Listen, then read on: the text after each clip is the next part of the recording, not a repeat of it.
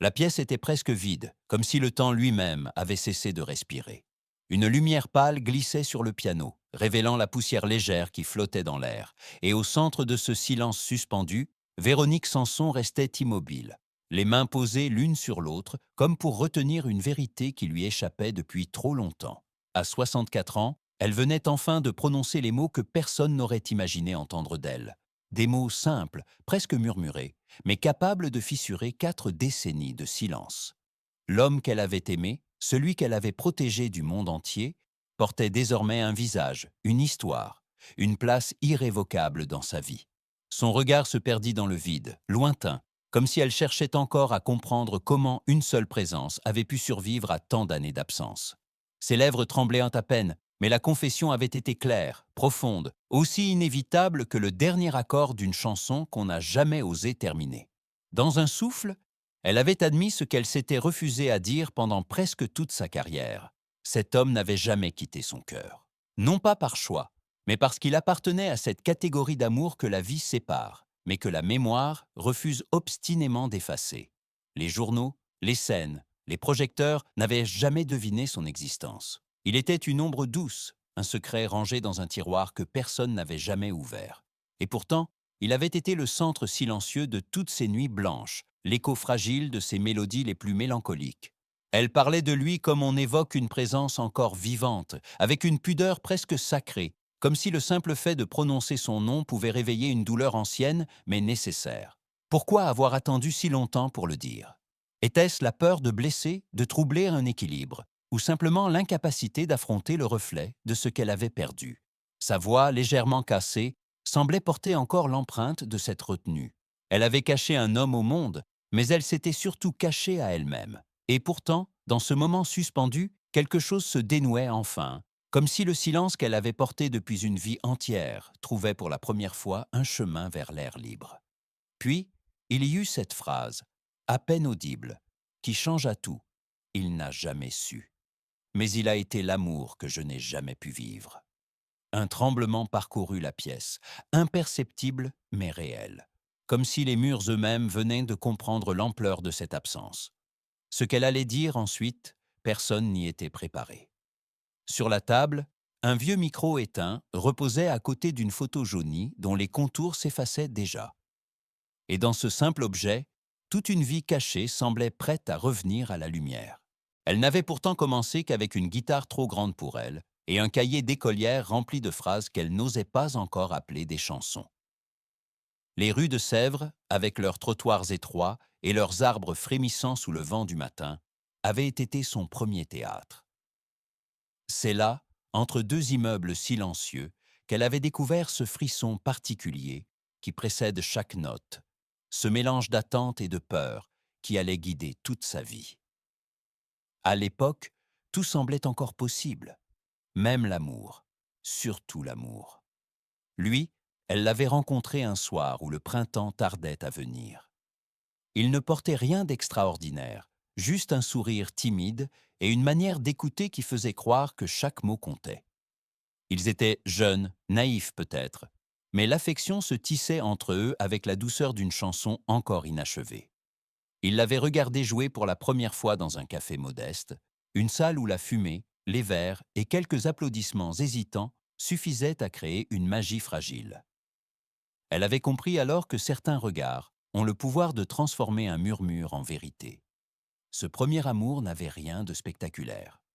C'était un échange de lettres écrites trop vite, des promenades au bord de la Seine, des rêves murmurés entre 2 silences maladroits. Pourtant, une profondeur étrange s'y logeait, comme si l'un et l'autre savaient déjà qu'une part de leur avenir se construirait sur cette tendresse discrète. Dans sa mémoire, l'odeur du papier, la chaleur d'un après-midi, les accords maladroits qu'elle apprenait encore à apprivoiser, tout cela restait intact, préservé comme une photographie jamais montrée. Mais un soir, sans prévenir, une distance froide s'installa. Une occasion professionnelle l'appela ailleurs, un départ rapide, presque brutal. Les mots d'adieu se perdirent dans le bruit d'un quai de gare, mêlés au souffle métallique du train qui s'éloignait. Il lui avait laissé un simple ticket plié en deux, taché par la pluie, avec une phrase inscrite au dos « Ne cesse jamais de chanter ». Elle avait souri à travers ses larmes, sans savoir que cette phrase deviendrait la bande-son muette de toute une existence. Ce soir-là, elle ne savait pas encore que le silence deviendrait son refuge. Dans le tiroir qu'elle n'ouvrait presque jamais, ce ticket jauni est resté, immobile, comme le premier témoin d'une promesse qu'elle n'avait pas su retenir. Et c'est à partir de cette absence, de cette perte encore trop tendre, que se construirait la femme que le monde applaudira plus tard. Les années qui suivirent prirent la forme d'un tourbillon dont elle ne maîtrisait plus vraiment le rythme. Les salles devenaient plus grandes, les projecteurs plus éblouissants, et chaque scène où elle posait les pieds semblait avaler un peu plus de la jeune fille timide qu'elle avait été.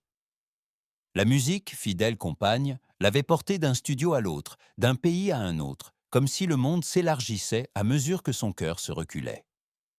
L'applaudissement du public devint une mer constante, imposante, qui la soulevait sans jamais la laisser vraiment toucher terre. Ses chansons gravissaient les classements, sa voix résonnait à la radio au petit matin et dans les cafés enfumés tard le soir. On la reconnaissait dans la rue, on la saluait, on lui demandait des autographes. Pourtant, au fond d'elle, un murmure ténu rappelait qu'avant tous ces regards, il y avait eu celui d'un seul homme. Un regard qu'elle avait laissé partir sans imaginer qu'il la suivrait. Invisible, durant toute sa gloire naissante. Dans cette ascension brillante, une ombre douce l'accompagnait encore. Une présence absente qui, sans qu'elle le sache, lui apprenait déjà la solitude. Les couloirs des salles de concert avaient un parfum de métal et de poussière chaude. Derrière les rideaux, avant chaque entrée en scène, une brève seconde de silence la saisissait, presque violente.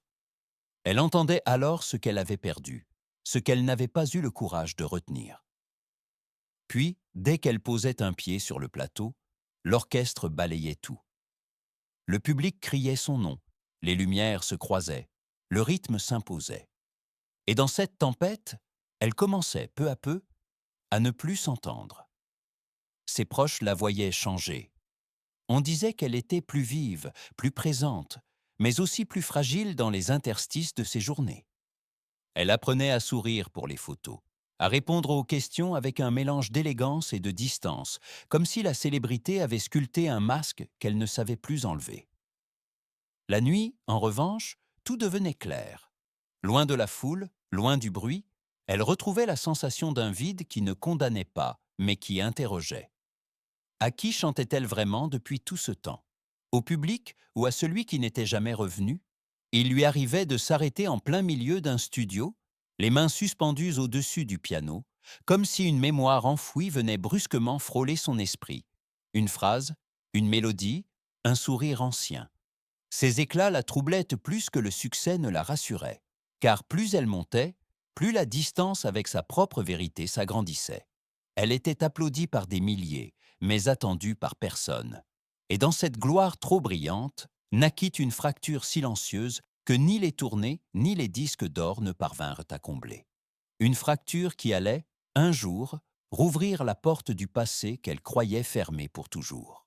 C'est dans un studio parisien, par un matin d'hiver encore bleu de froid, que leur histoire reprit une forme inattendue. Elle croyait avoir laissé derrière elle les fragments du passé.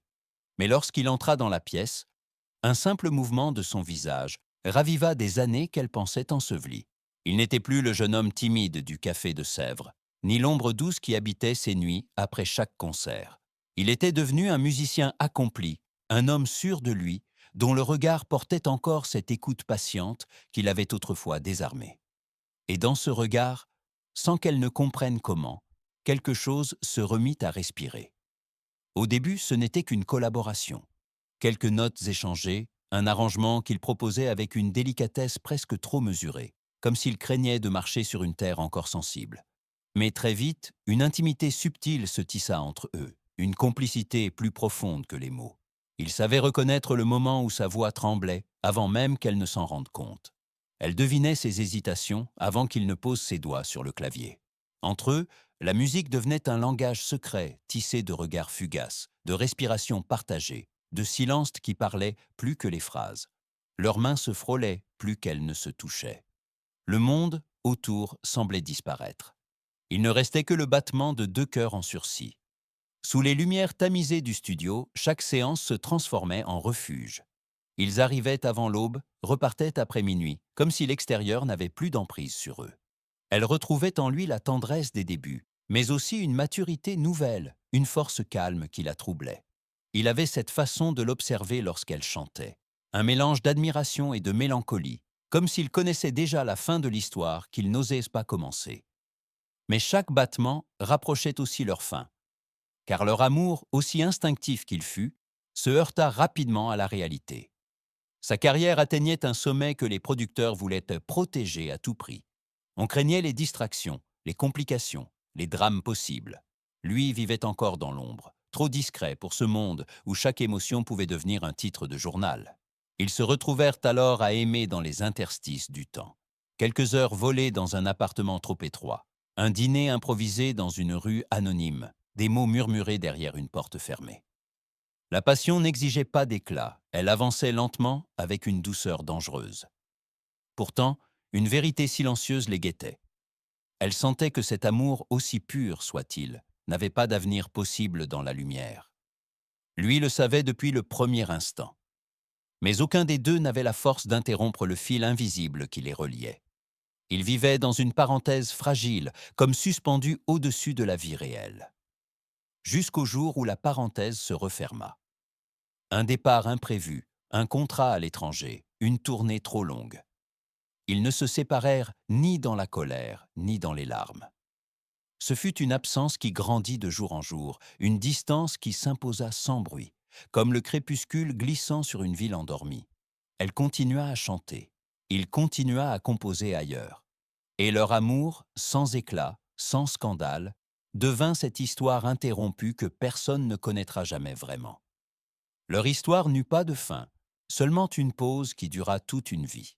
Les années avaient passé comme un souffle trop long, et pourtant son nom, elle ne pouvait toujours pas le prononcer sans qu'une ombre douce traverse son regard. Les tournées s'étaient succédées, les albums aussi, mais l'essentiel demeurait intact, enfoui dans un espace secret où même la gloire n'avait jamais osé entrer. On lui prêtait des histoires, des passions, des ruptures, mais rien n'effleurait la vérité profonde qu'elle gardait dans le creux de la voix. Et un matin d'automne, lors d'une entrevue qu'elle n'attendait plus, la digue céda enfin. La pièce était calme, presque trop calme pour ce qu'elle s'apprêtait à dire. Le journaliste lui avait posé une question ordinaire, une question qui n'avait même pas l'intention de troubler les eaux anciennes. « Avez-vous connu un amour que vous n'avez jamais pu oublier ?» Elle aurait pu sourire, détourner, répondre avec cette élégance habituelle qui suffisait à clore les sujets trop sensibles. Mais cette fois-là, quelque chose en elle refusa le refuge du silence. Ce n'était plus une hésitation, c'était une nécessité. Elle inspira lentement, comme si elle rassemblait des fragments dispersés dans les décennies. Ses doigts effleurèrent inconsciemment le bord d'une chemise de cuir posée à côté d'elle, un objet modeste que personne ne remarquait jamais, mais qui gardait l'odeur des hivers partagés dans le studio où tout avait vraiment commencé. Une chaleur légère envahit son visage, mélange de nostalgie et de fragilité assumée.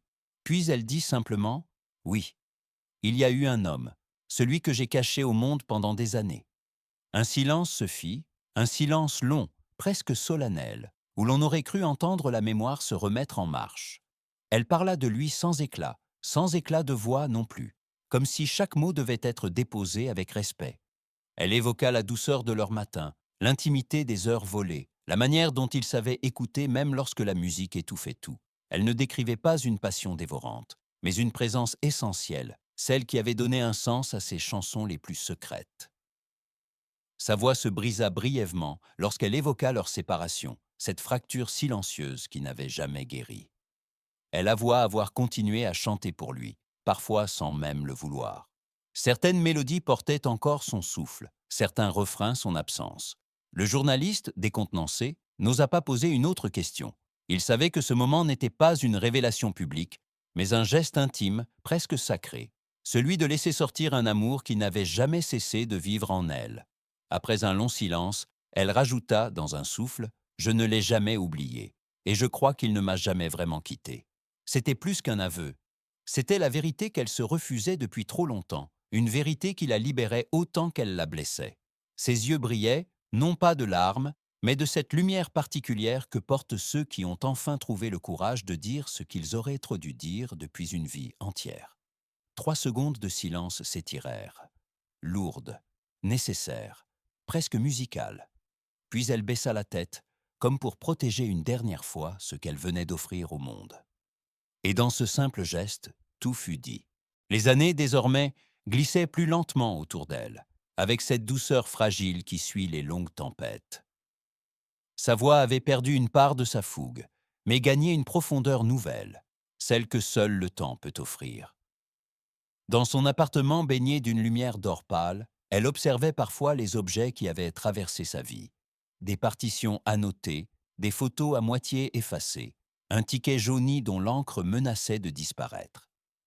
Rien n'avait vraiment changé, mais tout avait pris un autre sens depuis la confession.